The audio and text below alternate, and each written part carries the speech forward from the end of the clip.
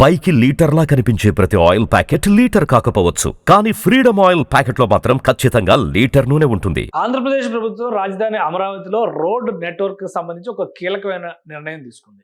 E13, E15 ఈ రహదారుల్ని జాతీయ రహదారితో అనుసంధానించేటువంటి ప్రణాళికని అమలు చేయాలని డిసైడ్ చేసింది. దీనికి సంబంధించినటువంటి డిపిఆర్లు కూడా ప్రిపేర్ అయ్యాయి. ఫైనల్గా ఇప్పుడు టెండర్స్ కాల్ఫర్ చేసింది. 455 కోట్ల రూపాయల అంచనా వ్యయంతో ఈ రెండింటికి సంబంధించినటువంటి టెండర్లని అమరావతి డెవలప్మెంట్ కార్పొరేషన్ రిలీజ్ చేసింది.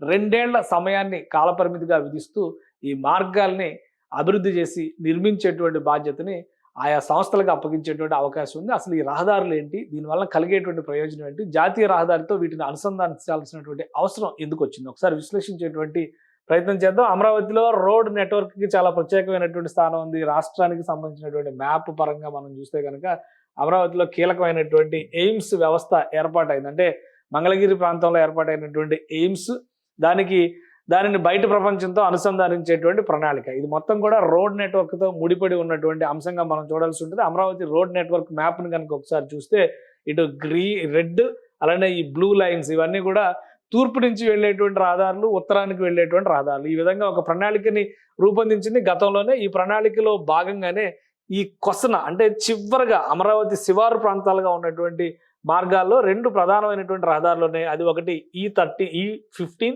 అలానే E13. అయితే వీటిని గతంలో అనేక చోట్ల గ్రిడ్ రూపంలో డెవలప్ చేయాలనేటువంటి ఆలోచన రాష్ట్ర ప్రభుత్వం చేయడము, అయితే అప్పుడు జరిగినటువంటి పరిణామాలను దృష్టిలో పెట్టుకుని ఈ ప్రణాళికని అలా అక్కడతో ఆగిపోవడం, ఈ 2 అంశాలని ఇప్పుడు పరిగణలోకి తీసుకుని చూస్తే కనుక మార్పులు చేర్పులు ఏ విధంగా ఉండవు. ఇది మాస్టర్ ప్లాన్లో ఉన్నటువంటి ప్రణాళిక, మాస్టర్ ప్లాన్లో ఉన్నటువంటి గ్రిడ్ నెట్వర్క్. అయితే కొన్ని ప్రాంతాల్లో ఇలా ఈ అంచుల దగ్గర రహదారుల్ని కలపకుండానే, ఎందుకంటే ఇన్నర్ రింగ్ రోడ్లు వస్తాయని, రైల్వే ట్రాక్లు వస్తాయని, అలానే నేషనల్ హైవేకి ఇంటర్ కనెక్టివిటీలు వస్తాయని చెప్పని, అవుటర్ రింగ్ రోడ్ వస్తుందని కొన్ని ప్రణాళికలను అప్పట్లో పెండింగ్లో ఉంచారు. ఇప్పుడు వాటికి శాశ్వతత్వం కల్పించేటువంటి ప్రణాళికని ఆంధ్రప్రదేశ్ ప్రభుత్వం సిద్ధం చేస్తుంది. వాస్తవానికి E3గా చెబుతున్నటువంటి సీడ్ యాక్సిస్ రోడ్డు ముందుగా నేషనల్ హైవే కనెక్ట్ అవ్వాల్సిన తాడేపల్లి దగ్గర ఈ రహదారి. అయితే లీగల్గా ఉన్నటువంటి కొన్ని సమస్యల వలన దాన్ని ఇమీడియట్గా ముందుకు తీసుకెళ్లేటువంటి పరిస్థితి లేదు. ప్రస్తుతం చర్చలు జరుగుతున్నాయి. అక్కడ ఉన్నటువంటి కేసులకు సంబంధించినటువంటి అంశాలపైన సంప్రదింపుల ప్రక్రియ జరుగుతుంది. ఈలోగా ఇతర ప్రాంతాలను అనుసంధానించేటువంటి ప్రణాళికని ముందుకు తీసుకెళ్లే ప్రయత్నం అమరావతి డెవలప్మెంట్ కార్పొరేషన్ చేసింది. అందులో భాగంగా 2 ముఖ్యమైనటువంటి ప్రాంతాలని E15 అలానే ఇక్కడ ఉన్నటువంటి E15, E13 ఈ 2 వ్యవస్థలని కూడా అనుసంధానించాలనేటువంటి నిర్ణయం తీసుకుంది. ఇందులో E15 చాలా చిన్న వ్యవస్థగా, చిన్న దారిగా మనం చూడాల్సి ఉంటుంది. ఈ E15 కేవలం 2.3 కిలోమీటర్ల రహదారి, 2.3 కిలోమీటర్ల రహదారి కాబట్టి కేవలం 70 కోట్ల రూపాయలతో నిర్మించడానికి ఇది అవకాశం ఉంది. ఈ 70 కోట్ల రూపాయలకు సంబంధించినటువంటి టెండర్స్నే ఇప్పుడు అమరావతి డెవలప్మెంట్ కార్పొరేషన్ రిలీజ్ చేసింది. ఇక E13 కొద్దిగా కాంప్లికేషన్తో కూడినటువంటి నిర్మాణం ఇది. E13 ఎయిమ్స్ని, all India institute of medical sciences మంగళగిరిని బయట ప్రపంచంతో అనుసంధానించడం, అంటే నేషనల్ హైవేకి కనెక్ట్ చేసేటువంటి ప్రధానమైనటువంటి మార్గం అవుతుంది. ఇందులో కొన్ని కాంప్లికేటెడ్ డిజైన్లు ఉన్నాయి కాబట్టి దీనికి అయ్యేటువంటి ఖర్చు 370 కోట్ల రూపాయల నుంచి 380 కోట్ల రూపాయల వరకు అవుతుందని చెప్పని రాష్ట్ర ప్రభుత్వం అంచనా వేసింది. సో అది నిర్మాణానికి సంబంధించి కూడా 3.5 కిలోమీటర్లు అంటే 3.5 కిలోమీటర్ల నిర్మించేటువంటి ప్రణాళిక. అది 3.5 కిలోమీటర్ల నిర్మాణం ఏ విధంగా ఉండబోతుంది, దానికి సంబంధించినటువంటి డిపిఆర్లు కూడా మన దగ్గర ఉన్నాయి. ఒకసారి వాటిని విశ్లేషించేటువంటి ప్రయత్నం చేద్దాం. ఇది రహదారి వ్యవస్థకు సంబంధించిన వ్యవస్థ అయితే దీనిలో డిపిఆర్లను రూపొందించేటువంటి క్రమంలో ఇది ఆంధ్రప్రదేశ్ మ్యాప్, ఇండియాలో ఆంధ్రప్రదేశ్ మ్యాప్, అలానే ఆంధ్రప్రదేశ్లో అమరావతికి సంబంధించినటువంటి స్వరూపాన్ని ఇందులో పొందుపరిచారు. ఇది అమరావతి డెవలప్మెంట్ కార్పొరేషన్ తయారు చేసినటువంటి డిపిఆర్ రిలేటెడ్ ఇష్యూ ఇది. సో దీన్ని ఒకసారి మనం చూద్దాం. ముందుగా ఏదైతే చెప్పారో E15 రహదారికి సంబంధించినటువంటి రూపకల్పన ఇక్కడ జరుగుతుంది. ఇక్కడ ఈ T జంక్షన్ తరహాలో కనిపిస్తున్నటువంటి మార్గమే ఇది. ప్రాజెక్ట్ లొకేషన్ ఇదే 2.3 కిలోమీటర్లు సుమారుగా అనుకుంటే కనుక ఇక్కడ ఈ నిర్మాణం జరుగుతుంది. దీనికి 70 కోట్ల రూపాయలు ఖర్చు అవుతుందని చెప్పని అంచనా వేశారు. ఈ పైనుంచి కనిపిస్తున్నది E13 అలైన్మెంట్, ఇది పైనుంచి ఉంది. దీన్ని ఇంకొంచెం డీటెయిల్గా చూడాల్సినటువంటి అవసరం ఉంటుంది, ఎందుకంటే ఇది కొంచెం కాంప్లికేటెడ్ డిజైను. రాబోయేటువంటి రోజుల్లో నిర్మాణానికి సంబంధించి అమరావతిలో ఉన్నటువంటి కొన్ని కీలక ప్రాంతాలు ప్లస్ మంగళగిరిలో ఉన్నటువంటి ముఖ్య ప్రదేశాలను కనెక్ట్ చేసేటువంటి జంక్షన్ అవుతుంది. దీనిలో ట్రంపెట్ జంక్షన్లు, అలానే సర్వీస్ రోడ్లు, విశాలమైనటువంటి సర్వీస్ రోడ్లు, వ్యవస్థకు సంబంధించిన అంటే నిర్మాణానికి సంబంధించి కూడా చూస్తే మనం 4 లేన్ రహదారులుగా కనిపించేటువంటి ఇది ఒక భారీ నిర్మాణం అవుతుంది. మరీ ముఖ్యంగా ఇక్కడ గమనించాల్సినటువంటి ఇంకొక అంశం ఏంటంటే, ఇక్కడ నిర్మాణంలో ఉన్నటువంటి 2 అంశాల్లో నిర్మాణంలో ఉన్నటువంటి వెస్ట్ బైపాస్ రోడ్డుకి అనుసంధానించే విధంగా వీటి ప్రణాళికని రూపొందించారు. ఎందుకంటే గతంలో రోడ్ గ్రిడ్ నెట్వర్క్ని ఏర్పాటు చేసేటువంటి క్రమంలో, ఎందుకంటే ఈ మొత్తం గ్రిడ్ మనం చూస్తే కనుక దాదాపు 40 రహదారుల్ని మాస్టర్ ప్లాన్లో భాగం చేశారు. ఏ రహదారి కూడా డెడ్గా ఉండకూడదు, ప్రతి రహదారి కూడా ఇంటర్ కనెక్టివిటీగా ఉండాలనేటువంటి ప్లానింగ్ ఇందులో చేశారు.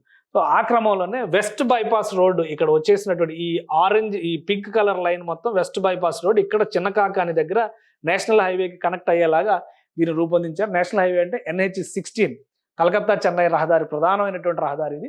దాన్ని కనెక్ట్ అయ్యేలాగా దీన్ని రూపొందించారు. అందుకనే ఇప్పుడు E15 రహదారిని ఇక్కడ ఉన్నటువంటి గ్యాప్ని, అంటే మంగళగిరి ఓల్డ్ బస్ స్టాండ్ సమీపంలో ఓల్డ్ చెన్నై రోడ్ అంటారు, ఓల్డ్ మద్రాస్ రోడ్ అంటారు, ఆ రోడ్ని కనెక్ట్ చేసేటువంటిది ఇదే అవుతుంది.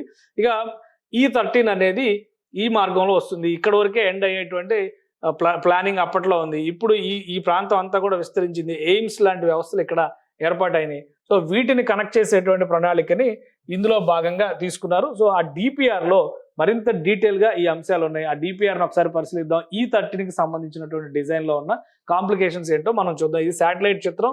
E13 రహదారి వ్యవస్థ ఈ విధంగా వస్తుంది. దీని నమూనాని అధికారులు రూపొందించారు. ఇటు చూస్తే గుంటూరు అమరావతి ప్రాంతానికి ఈ ప్రాంతానికి సుమారుగా ఒక 25 కిలోమీటర్ల డిస్టెన్స్లో ఉంటుంది. అటు విజయవాడ నగరం కూడా ఒక 17 కిలోమీటర్ల డిస్టెన్స్లో ఉంటుంది. ఈ మధ్యలో ఉన్నటువంటిది ఇదంతా కూడా మంగళగిరి ప్రాంతం. ఇటు అమరావతి కేవలం 5 కిలోమీటర్ల డిస్టెన్స్లో మాత్రమే ఉంటుంది.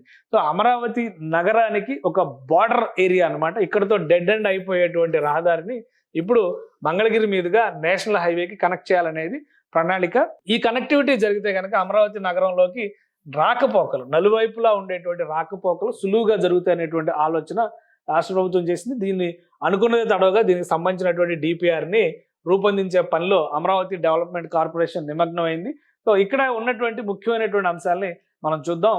ఇది మంగళగిరి టౌన్, అంటే మంగళగిరి ఏరియా ఇప్పుడు డెవలప్ అయినటువంటి మంగళగిరి, ఎర్రబాలెం, మంగళగిరి CRDA బార్డర్, ఇదంతా కూడా బార్డర్ ఏరియా అవుతుంది. మంగళగిరి కూడా కొన్ని గ్రామాలు మాత్రమే, మంగళగిరిలో ఉన్నటువంటి కొన్ని గ్రామాలు మాత్రమే CRDA పరిధిలోకి వస్తాయి. కానీ మంగళగిరి మాత్రం రాజధానిని ఆనుకుని ఉన్నటువంటి పట్టణ ప్రాంతంగా మనం చూడాల్సి ఉంటుంది.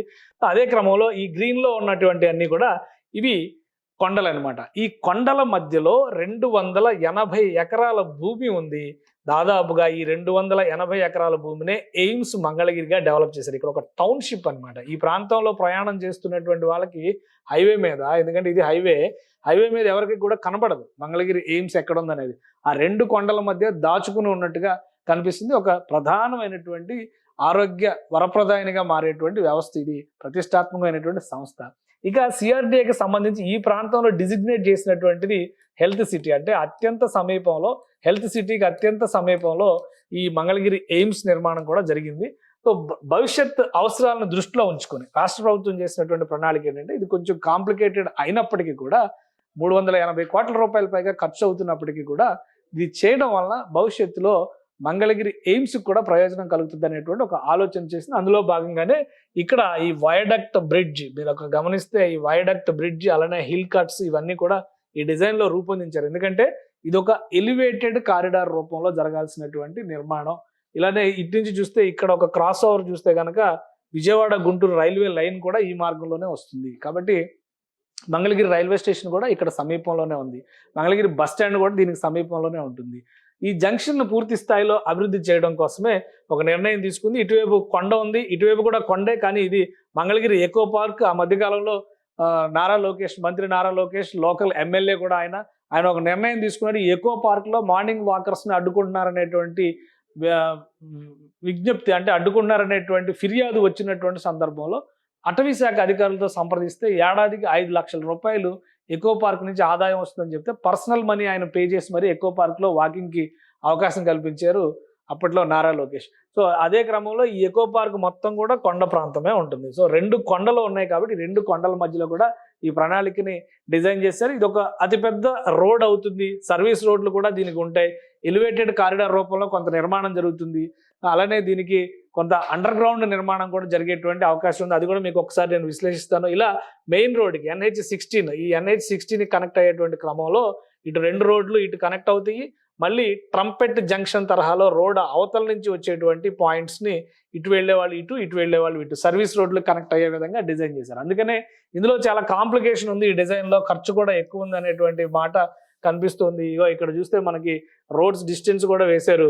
గుంటూరు 27 కిలోమీటర్లు వస్తుంది, అటు విజయవాడ కేవలం 13 కిలోమీటర్లే వస్తుంది. మనం 17 కిలోమీటర్లు అనుకున్నాం, కానీ ఇంకా తక్కువే వస్తుంది.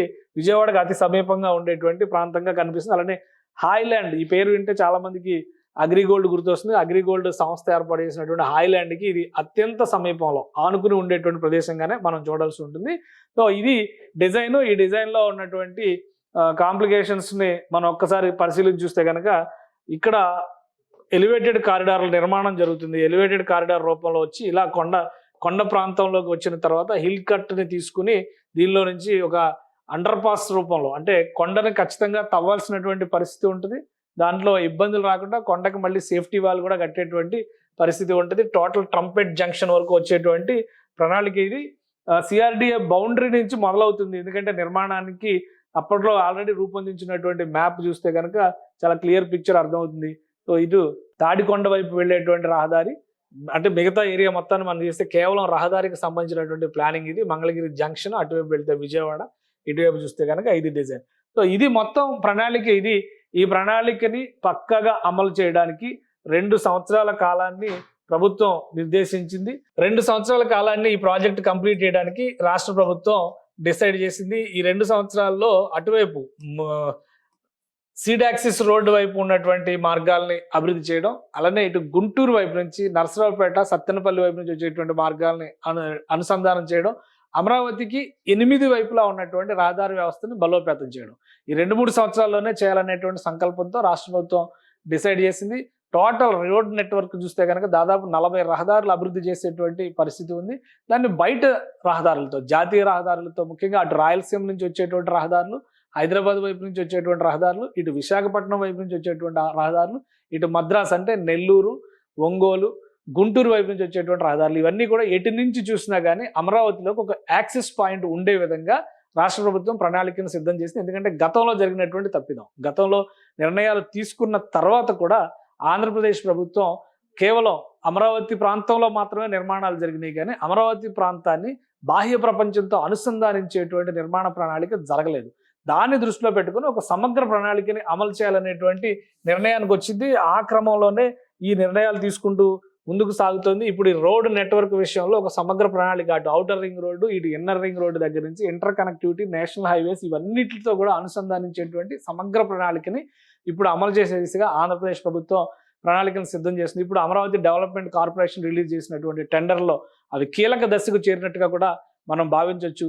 ఈ 2 రహదారులు నేషనల్ హైవేతో అనుసంధానించేటువంటి ప్రక్రియ 2 ఏళ్లలో పూర్తయితే కనుక గుంటూరు వైపు నుంచి వచ్చేటువంటి వాహనాలన్నీ కూడా నేరుగా అమరావతిలోకి వెళ్ళడానికి ఒక డైరెక్ట్ లింక్ ఏర్పడినట్టుగా మనం భావించవచ్చు. గుంటూరు, ప్రకాశం, నెల్లూరు జిల్లాల వైపు నుంచి వచ్చేటువంటి వాహనాలన్నీ కూడా. సో అందుకనే రాష్ట్ర ప్రభుత్వం ఈ ప్రణాళికని ఇమ్మీడియట్గా ఫ్లోట్ చేయాలని అధికారులకు ఆదేశాలు జారీ చేసింది. అమరావతి డెవలప్మెంట్ కార్పొరేషన్ దీనికి సంబంధించినటువంటి నిర్మాణ బాధ్యతలను పర్యవేక్షిస్తోంది. టెండర్లలో కోట్ చేసేటువంటి సంస్థలను చూసి L1 డిసైడ్ అయిన తర్వాత బహుశా ఈ ప్రొసీజర్ అంతా కంప్లీట్ అవడానికి మ్యాక్సిమం 15 నుంచి 20 రోజులు పట్టేటువంటి అవకాశం ఉంది. ఇది కంప్లీట్ అయితే కనుక ఇమీడియట్గా ఈ పనుల అలాట్మెంట్ కూడా జరిగిపోతుంది. సుమన్ టీవీలో మీ పర్సనల్ అండ్ బిజినెస్ ప్రమోషన్స్ కోసం కింది నెంబర్కి కాంటాక్ట్ చేయండి.